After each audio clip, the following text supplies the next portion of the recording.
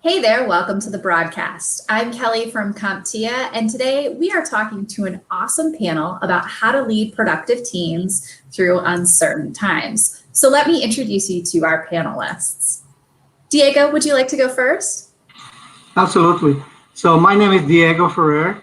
I'm the CIO for the Chicago Department of Aviation. So what that means is I'm in charge of technology, telecommunications, software, hardware for both O'Hare and Midway airports. Excellent. Thanks for making the time.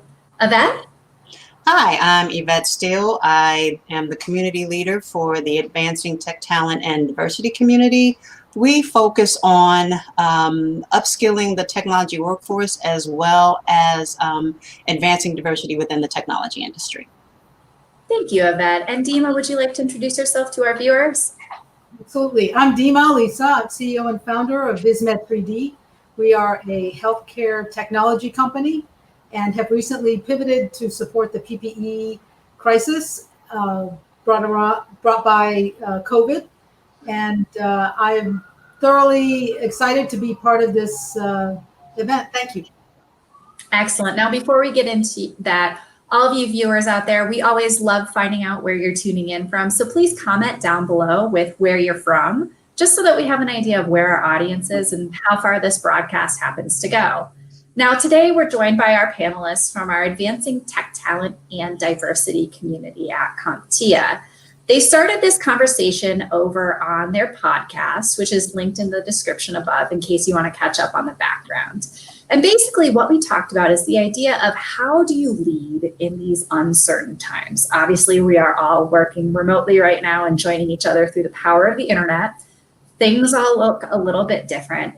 And in this broadcast, we want to start to look a little bit more forward. We've figured out how to work from home. We've figured out some solutions along the way. So the next big hurdle to think about is what is it going to look like to continue to support employees and teams, goals, progress, all of that in the new normal. Thoughts, guys? Let's hear from you, Diego. Sure. So, I mean, this is a new reality, working from home, telecommuting, and it brings a lot of challenges. People are not used to working from home. They don't know how to use their time effectively. They can either waste a lot of time or even sometimes work too much. So I think we need to make sure that video conference tools become pervasive and employees feel comfortable using them. I just seen a lot of fear for some people. For some, it's very natural. So I think this is a new reality, and I think as things start moving along and hopefully hiring resumes, I think we have to be conscious of including diversity to create an appealing environment for people to come to work.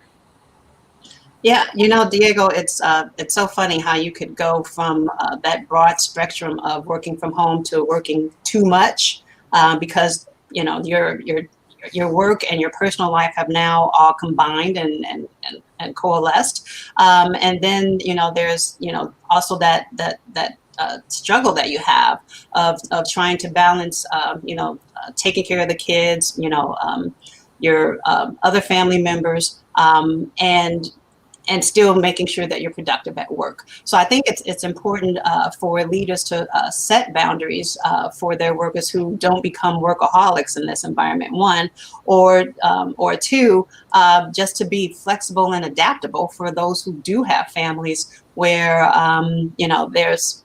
there's a shift work going on. Maybe the wife is taking care of the family members during the day, so she can't conduct meetings. Leaders need to be flexible there, while at the same time, communication is also important too, so that everybody's brought in on the loop and team members don't feel that so-and-so isn't carrying their weight, because they're not communicating well.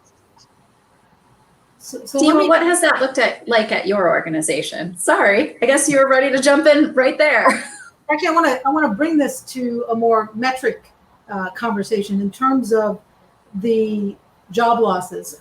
We know we've got about a 32% unemployment rate, which is about 47 million people and growing. it is suspected or projected that 42% of these layoffs are going to be resulting in permanent job losses. So what does that mean to all of us and to our communities here, as well as understanding that on a global perspective, the youth or the young people today have a ratio of 1 in 6 that are out of jobs, and more profoundly, women. So we need to really think about what that means to us individually, to the companies. And for us, we've had to really re-gear and reorient our talent from what we used to do, building software and solving problems, to currently looking at applying engineering to design new products that respond to COVID. In fact, we've designed a new face shield, are more eco-friendly. So you need to really look at your talent pool and look at how to best utilize it. And for those that have lost their jobs or been furloughed, they need to really think seriously about reskilling and maybe attenuating what their interests and where they are, because companies have changed. They can't go back to the way they were. And yes, this new normal is going to require us all to think differently about how to run our businesses, how to scale them, and who's going to be part of them going forward, and what are those skills going to be that we need to transform into the next era. So speaking of reskilling, that's one of those areas where I think, it falls under the learning and development and having learning cultures and having a learning mindset.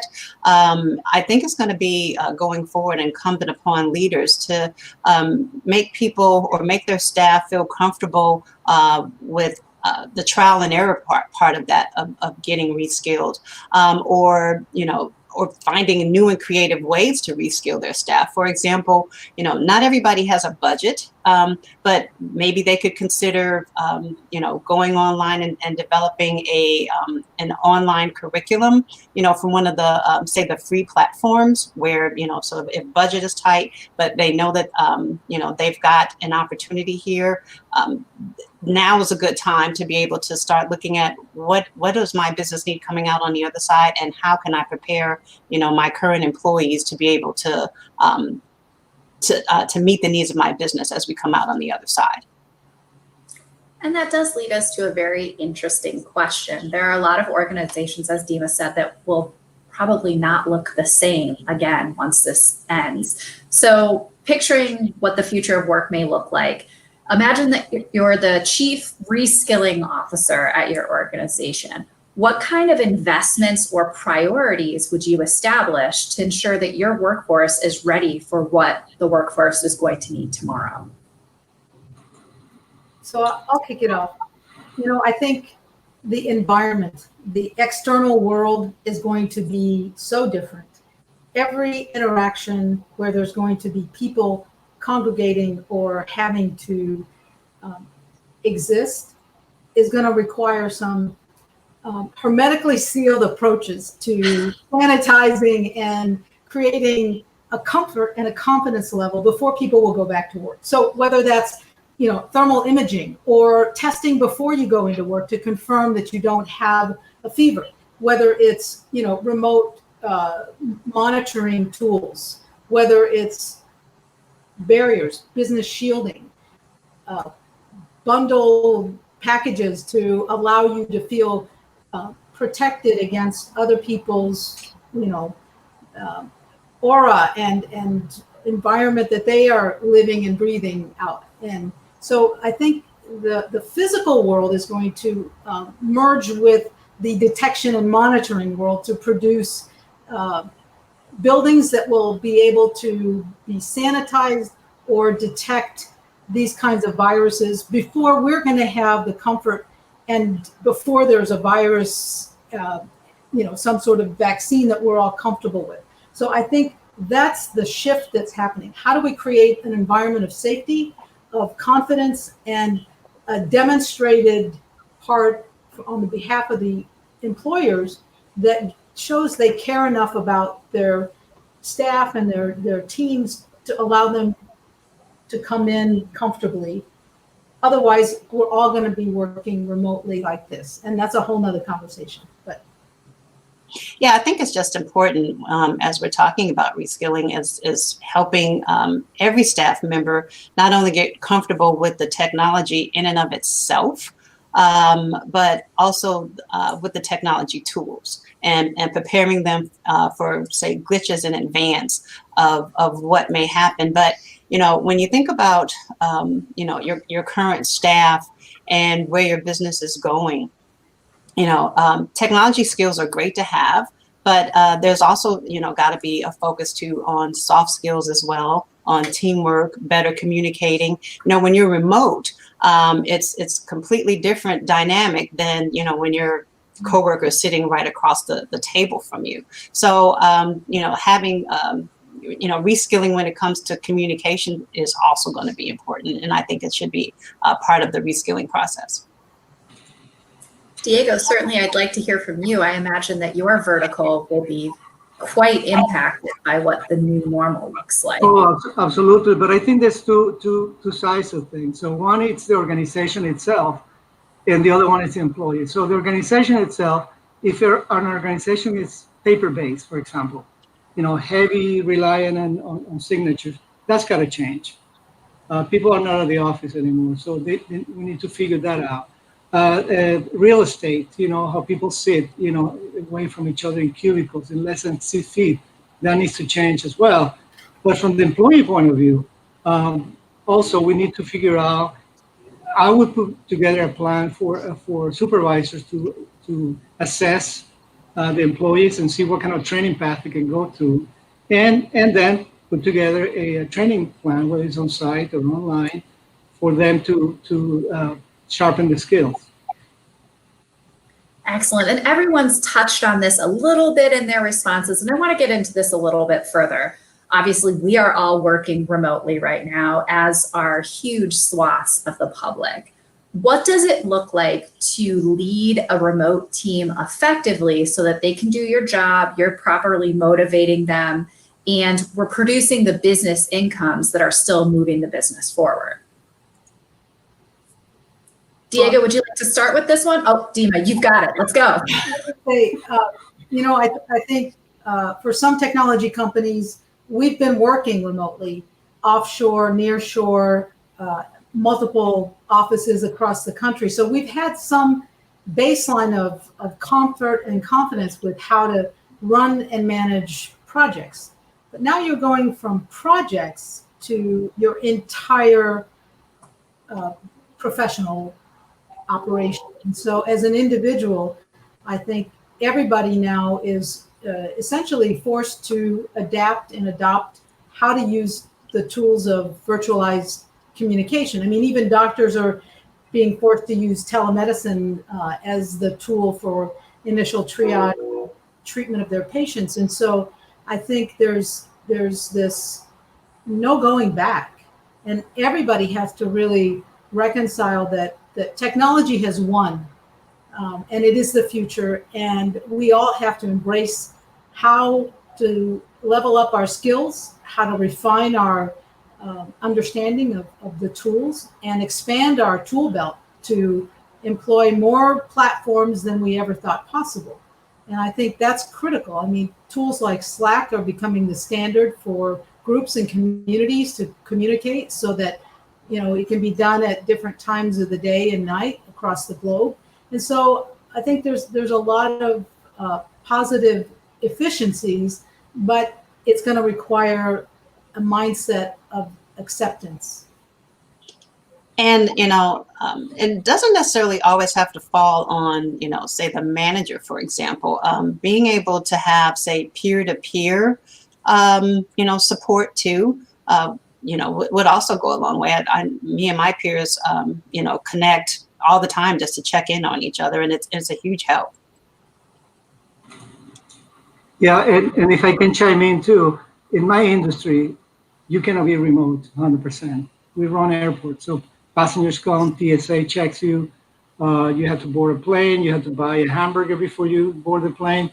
So what we concentrate on is in touchless technologies.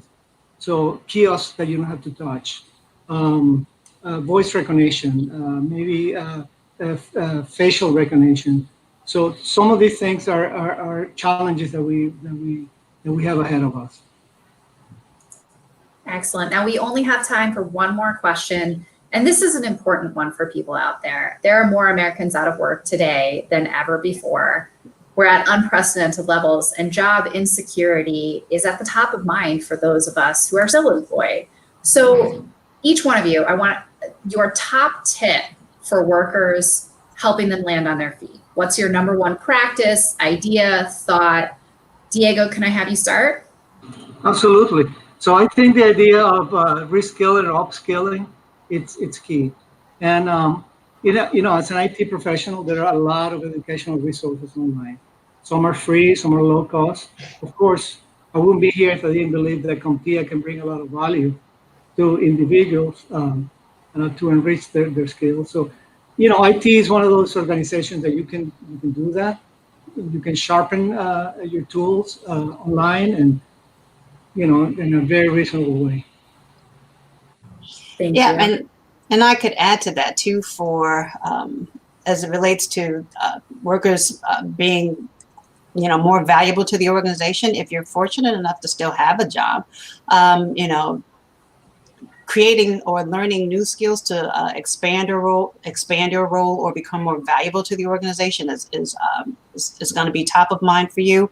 But in addition to that, if you're working for a CompTIA member company, CompTIA members also get a discount on CompTIA certification. So, learning a new skill will not only help you in your current role, but will also take you to your next career. There's also CompTIA has a 30-day license or 30-day free license for learning IT fundamentals. So, again, there's opportunity there for you to be able to, take a look at technology. Technology has over 1 million jobs that go unfilled every year. This would be a great opportunity for you to consider transitioning from where you are now to a technology career. So clearly, as I've shared and everyone else, technology isn't going away and it's becoming more and more valued and valuable. And so anything anyone can do to expand their capabilities, to demonstrate proficiency in new tool sets in technology, new skill sets in technology are definitely going to be important. What I would say is that make sure you're taking care of yourself. Make sure that you have an established routine, because at your home is different than your office. You don't have regimented things that you control happening behind you and around you. And so try to infuse some sort of self-benefiting exercise or some yoga or meditation or something that can help you stay on track, because it's easy to get off the rails. Once you're off the rails, it's hard to get back. But you need to stay focused in a structured daily routine that includes something that's, helping yourself and your mindset. Goes a tremendous way to helping you achieve your goals. Thank you, Dima. Those are some important points. And I'd just like to add one last thing too. If you're looking for work, it's a competitive market out there. Honing up on your interviewing skills would also be, a great use of investing in yourself right now to get better at and sharpening your interviewing skills. Excellent. All great thoughts. And thank you to each and every one of our panelists for making it here today. Now, this has been a presentation from our Advancing Tech Talent and Diversity community at CompTIA. Before we sign off, Yvette, would you like to tell us a little bit about how people can learn more about the community? Absolutely. I would totally love to get to know you better. Joining the CompTIA Advancing Tech Talent and Diversity community allows you the opportunity to network with us, participate on any of our strategic initiatives, join us on LinkedIn. I'm sure that there's a link here within this broadcast where you can join the community. Once you click on that link, there's a red button off to the right that says join this community. Just click that. You may be required to create a to register with CompTIA with your name and your email, but you can do it in less than 30 seconds. So click on it now. Thank you. Excellent. Thank you, Yvette. And thank you everyone who tuned in for this broadcast today. If you like this broadcast, make sure that you come back to LinkedIn at 11 a.m. Central Standard Time on Monday. That will be our next installment of Weekly Fodder, where we talk about news from CompTIA and the IT industry that you need to know. So until then, take care, be well, and remember, we're all in this together.